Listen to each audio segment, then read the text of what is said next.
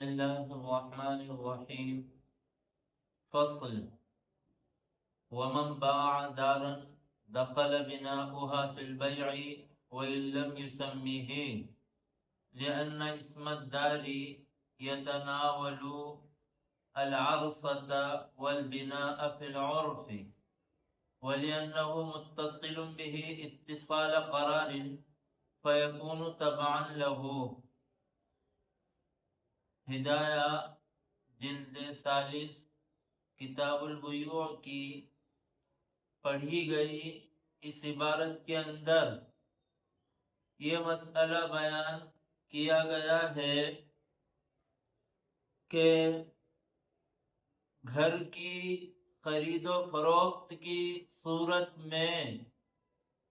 گھر کی عمارت گھر کی بے میں داخل ہو کر مشتری کی ملکیت بنے گی، اور گھر بیچنے کی صورت میں گھر کی عمارت گھر کی بے سے خارج رہ کر بائیں کی ملکیت نہیں رہے گی، اگرچہ کہ بیان نہ کیا ہو. یعنی گھر بیچنے کی صورت میں ایجاب اور قبول میں بائیں مشتری کی طرف سے گھر کی عمارت کو بیچنے کا ذکر نہ آیا ہو، تب بھی گھر کی خرید و فروخت کی صورت میں گھر کی عمارت گھر کی بے میں داخل ہو کر مشتری ہی کی ہوگی، اور گھر کی بے سے خارج رہ کر بائیں کی نہیں رہے گی. دلیل یہ ہے کہ دار کا لفظ عربی زبان میں دار کا لفظ صحن اور عمارت دونوں کو شامل ہوتا ہے. یعنی زمین جگہ اور عمارت دونوں کے لیے دار کا لفظ بولا جاتا ہے. دار کے معنی ہے وہ جگہ اور زمین کا وہ حصہ جہاں پر عمارت قائم ہو. تو دار کی بے کرنے کی صورت میں زمین کی بے بھی ہو جائے گی اور عمارت کی بے بھی ہو جائے گی. اور دوسری دلیل عقلی صاحب ہدایہ اس مسئلے اور دعوے پر یہ دیتے ہیں کہ عمارت کا تعلق زمین سے مضبوط، گہرا، دیرپا اور لمبے زمانے والا ہے. تو اس بنیاد پر عمارت کو زمین کے تابع قرار دے کر اس کو مشتری کی ملکیت ٹھہرایا جائے گا، نہ یہ کہ عمارت کو زمین کے تابع قرار نہ دے کر بائیں کی ملکیت قرار دیا جائے گا. جب گھر کا تعلق زمین سے اور عمارت کا تعلق زمین سے گہرا دیرپا ہوتا ہے، لمبی مدت تک کے لیے، بہت لمبے زمانے تک رہنے کے لیے ہوتا ہے، گھر کو توڑا نہیں جاتا عموماً جب تک کہ وہ رہنے کے قابل ہو اور وہ کمزور اور ٹوٹنے کے قریب نہ ہو. ہاں، بسا اوقات کسی دوسری غرض اور مجبوری کی وجہ سے پہلے بھی توڑ دیا جاتا ہے. تو جو عمارت بنائی جاتی ہے وہ زمین پر ایک لمبے عرصے تک باقی رہنے کے لیے بنائی جاتی ہے. تو عمارت کا تعلق زمین سے گہرا اور مضبوط ہو گیا، اس لیے اب عمارت کو زمین کے تابع قرار دے کر اور اس کے پیچھے چلا کر اور اس کے حکم میں داخل کر کے یہ کہیں گے کہ عمارت بھی زمین کے ساتھ مشتری کی ملکیت ہے، نہ یہ کہ عمارت زمین کے تابع نہ ہو کر بائیں کی ملکیت ہے. یہ مسئلہ بیان فرمایا گیا. پھر اگلی عبارت ہے وَمَنْ بَاعَ أَرْضًا دخل ما فيها من النخل والشجر وإن لم يسميه لأنه متصل به للقرار فأشبه البناء. اگلی پڑھی گئی عبارت کے اندر یہ مسئلہ بیان کیا گیا کہ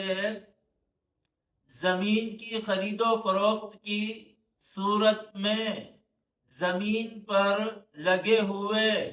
کھجور اور دیگر عام درخت زمین کی بے میں داخل ہو کر مشتری کی ملکیت بنیں گے اور زمین کی بے سے خارج رہ کر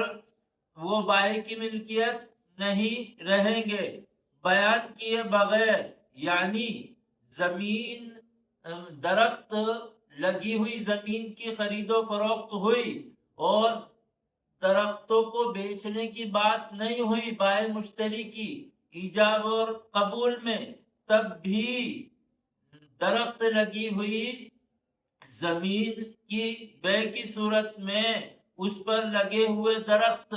مشتری کی ملکیت بنیں گے، بائیں کی ملکیت نہیں رہیں گے. دلیل یہ ہے کہ درختوں کا تعلق زمین سے عارضی، وقتی اور تھوڑے وقت تک کے لیے نہیں ہوتا. یعنی دوسرے الفاظ میں کہیے درختوں کا تعلق زمین سے کمزور اور ضعیف نہیں ہوتا بلکہ مضبوط گہرا تعلق ہوتا ہے. ایک لمبے زمانے تک درخت زمین پر باقی رہتے ہیں اور ان کو باقی رکھا جاتا ہے. کوئی مجبوری ہو یا کوئی خاص غرض و مقصد ہو تو درختوں کو کاٹا جاتا ہے زمین پر سے، ورنہ عموماً درخت ایک لمبے عرصے تک زمین پر رہتے ہیں تو درختوں کا تعلق زمین سے مضبوط اور گہرا ہو گیا. اس لیے جو حکم زمین کے اوپر لگا ہے مشتری کی ملکیت ہونے کا خرید و فروخت کی صورت میں، تو وہی حکم درختوں کے اوپر لگے گا ان کے مشتری کی ملکیت بننے کا، اور بائیں کی ملکیت ان پر باقی رہنے کا حکم نہیں باقی رہے گا، وہ ختم ہو جائے گا. تو خلاصہ یہ نکلا کہ زمین کی خرید و فروخت کی صورت میں زمین پر لگے ہوئے درخت مشتری کی ہی ملکیت بنیں گے، چاہے درختوں کو بیچنے کی بات کہی یا نہ کہی اس صورت میں بھی اور نہ کہی ہو اس صورت میں بھی. وَلَا يَدْخُلُ وَمَنْ بَاعَ أَرْضًا، اگر کسی نے زمین بیچا تو زمین کی بے کے اندر کھجور کے درخت اور دیگر عام درخت بھی داخل ہو جائیں گے، اگرچہ کے درختوں کو بیچنے کی بات نہ کہی ہو بائیں نے اور مشتری نے خریدنے کی بات نہ کہی ہو، کیونکہ درخت زمین سے ملے ہوئے ہوتے ہیں ایک لمبے زمانے تک باقی رہنے کے لیے. فاشبہ البناء، تو درخت عمارت کے تابع ہو گئے. پچھلے مسئلے میں یہ بیان کیا گیا تھا کہ عمارت کا تعلق زمین سے مضبوط اور گہرا ہوتا ہے اس اعتبار سے کہ عمارت زمین پر لمبے زمانے تک باقی رہتی ہے. تو عمارت کے اوپر انہوں نے اس دوسرے درخت والے مسئلے کو قیاس کیا کہ جس طرح زمین کی بے میں عمارت داخل ہو کر مشتری کی ملکیت بنتی ہے، تو اسی طرح زمین کی بے میں درخت داخل ہو کر وہ بھی مشتری کی ملکیت بنیں گے. اب اگلی عبارت ہے وَلَا يَدْخُلُ الزَّرْعُ فِي بَيْعِ الْأَرْضِ إِلَّا بِالتَّسْمِيَةِ لِأَنَّهُ مُتَّصِلٌ بِهِ لِلْفَصْلِ فَشَابَهَ الْمَتَاعَ الَّذِي فِيهِ. پڑھی گئی عبارت میں یہ مسئلہ مذکور ہے کہ فصل اور پیداوار زمین کی بے میں داخل ہو کر مشتری کی ملکیت نہیں بنے گی، بلکہ فصل اور پیداوار لگی ہوئی زمین اگر بیچی جائے تو زمین تو مشتری کی ملکیت ہوگی اور پیداوار اور کھیتی بائیں ہی کی ملکیت رہے گی۔ دلیل یہ ہے کہ فصل اور کھیتی کا تعلق زمین سے لمبے زمانے تک کے لیے نہیں ہوتا، دیر پا نہیں ہوتا، جس کی وجہ سے اس کو مضبوط تعلق نہیں کہا جائے گا بلکہ کمزور تعلق کہا جائے گا۔ کھیتی کا تعلق کھیت سے مختصر وقفے کے لیے اور وقت کے لیے ہوتا ہے، 4 مہینے 6 مہینے، جتنے دنوں میں بھی عموماً فصل پکتی ہے تو اتنے دنوں تک کے لیے تعلق ہوتا ہے۔ تو کھیتی کا تعلق کھیت سے توڑنے کے لیے، جدا کرنے کے لیے اور الگ کرنے کے لیے ہوا، باقی رہنے والا تعلق نہیں ہوا۔ تو اس لیے کھیتی کو کھیت کے تابع کر کے مشتری کی ملکیت قرار نہیں دیں گے کھیت کو بیچنے کی صورت میں، بلکہ کھیتی کو کھیت کے تابع نہ کر کے اس کھیتی کو بائیں کی ملکیت قرار دیں گے۔ پھر صاحب ہدایہ اس مسئلے کھیتی والے اور پیداوار والے مسئلے کو قیاس کر رہے ہیں کھیت اور زمین کے اندر رکھے ہوئے برتنوں اور سامانوں پر، کہ زمین کی بے ہوئی اور زمین کے اندر بائیں کے برتن رکھے ہوئے تھے اور بائیں کا سامان رکھا ہوا تھا، تو اس زمین کی بے میں بائیں کے برتن اور بائیں کا رکھا ہوا سامان داخل ہو کر مشتری کی ملکیت نہیں بنیں گے، بلکہ وہ رکھے ہوئے برتن اور رکھا ہوا سامان کھیت کی بے سے اور زمین کی بے سے خارج ہو کر بائیں کی ہی ملکیت رہیں گی، کیونکہ سامان اور برتن کا تعلق کھیت اور زمین سے کمزور ہے، ضعیف ہے، عارضی ہے، وقتی ہے، کچھ دنوں تک کے لیے ہے۔ اس کے بعد بائیں کو جب ضرورت ہوگی تو بائیں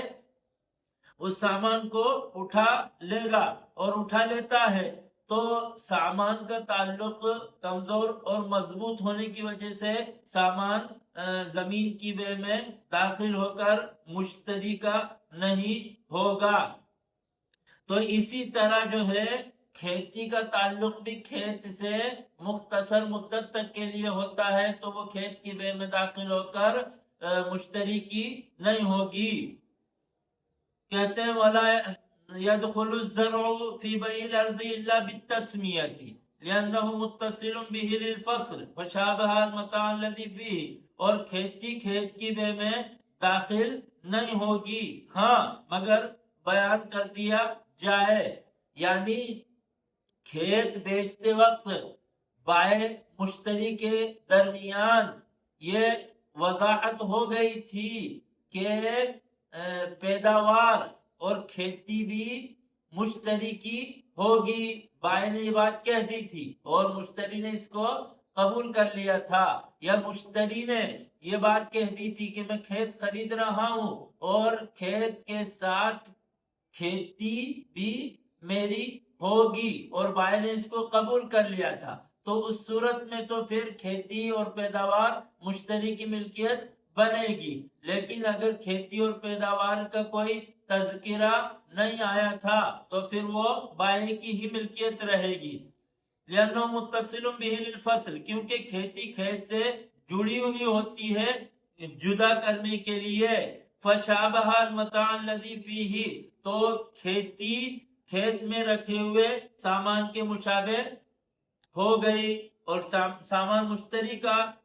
نہیں ہوتا، بائیں کا ہی رہتا ہے، تو اسی طرح کھیتی بھی مشتری کی نہیں ہوگی، بائیں کی ہی رہے گی۔ وَمَنْ بَاعَ نَخْلًا أَوْ شَجَرًا فِيهِ ثَمَرٌ فَثَمَرَتُهُ لِلْبَائِعِ إِلَّا أَنْ يَشْتَرِطَ الْمُبْتَاعُ لِقَوْلِهِ علیہ السلام من اشترى ارضا فيها نخل فثمرته للبائع الا ان يشترط المبتاع ولأن الاتصال وإن كان خلقة فهو للقطع لا للبقاء فصار كالزرع. اس پڑھی گئی عبارت میں یہ مسئلہ بیان کیا گیا ہے کہ کسی نے پھلدار درخت بیچے تو درخت تو مشتری کے ہوں گے لیکن پھل بائع کے ہی رہیں گے. ہاں اگر مشتری جو ہے درختوں کو خریدنے کے ساتھ پھلوں کے خریدنے کی بھی شرط لگائے اور پھلوں کے خریدنے کی بات کہہ دے اور بائع اس کو قبول کر لے تو پھر مشتری کے پھلدار درخت خریدنے کی صورت میں درخت بھی مشتری کے ہوں گے اور پھل بھی مشتری کے ہوں گے. لیکن پھلدار درخت کی خرید و فروخت ہوئی اور پھلوں کے مشتری کے ہونے کی بات کی صلاحت نہیں ہوئی تو پھل مشتری کے نہیں ہوں گے بائع کے ہی رہیں گے. دلیل کیا ہے؟ صاحب ہدایہ نے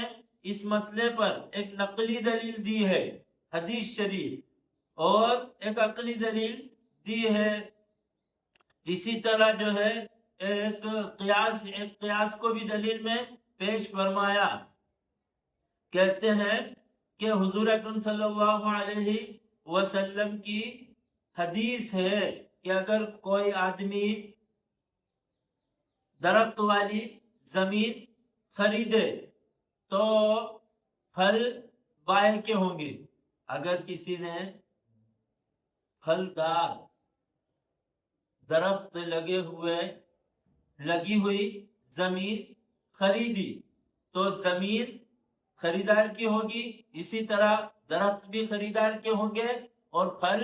بائع کے ہوں گے. حدیث شریف میں اس کی صراحت فرمائی گئی ہے اور حدیث شریف میں یہ بھی وضاحت ہے کہ اگر مشتری پھلوں کے اپنا ہونے کی صراحت کر دے اور بائع اس کی اس پیشکش کو قبول کر لے تو پھر اس صورت میں پھل بائع مشتری کے ہو جائیں گے. صاحب ہدایہ اب دلیل عقلی پیش کرتے ہیں اس دعوے کے ثبوت کے لیے اور دلیل عقلی یہ ہے کہ پھلوں کا تعلق درختوں سے ایک اعتبار سے مضبوط ہے اور ایک اعتبار سے کمزور ہے. مضبوط اس اعتبار سے ہے کہ پھل درخت پر ہی پیدا ہوتے ہیں, درخت پر ہی لگتے ہیں. ایسا نہیں ہوتا کہ پھل کہیں اور لگتے ہوں اور بعد میں وہ اٹھ کر درختوں کے اوپر آ جاتے ہوں. پھلوں کے اوپر ہی درخت جو ہے لگتے ہیں تو پھلوں کا تعلق درختوں سے پیدائشی ہوا, ایک دم شروع سے اور ابتدا سے ہوا. اس اعتبار سے پھلوں کا تعلق درختوں سے مضبوط اور قوی ہے. لیکن یہ پھل درختوں کے اوپر باقی رکھنے کے لیے نہیں لگتے بلکہ کچھ ہی مدت میں توڑے جانے کے لیے لگتے ہیں. تو اس اعتبار سے پھلوں کا تعلق درختوں سے کمزور ہوا, مضبوط نہیں ہوا. اور جب کمزور تعلق ہوا تو اب پھل درختوں کی بے میں داخل ہو کر مشتری کی ملکیت نہیں بنے گی بلکہ کمزور تعلق کی وجہ سے پھل درخت کی بے سے خارج رہ کر بائع کی ہی ملکیت رہیں گے. تو جس طرح کھیتی کا تعلق کھیت اور زمین سے, کھیتی اور پیداوار کا تعلق کھیت اور زمین سے کمزور ہوتا ہے مختصر مدت تک کے لیے ہونے کی وجہ سے,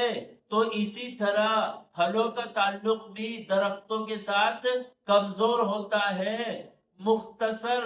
مدت تک درختوں پر باقی رہنے کی بنیاد پر. اس لیے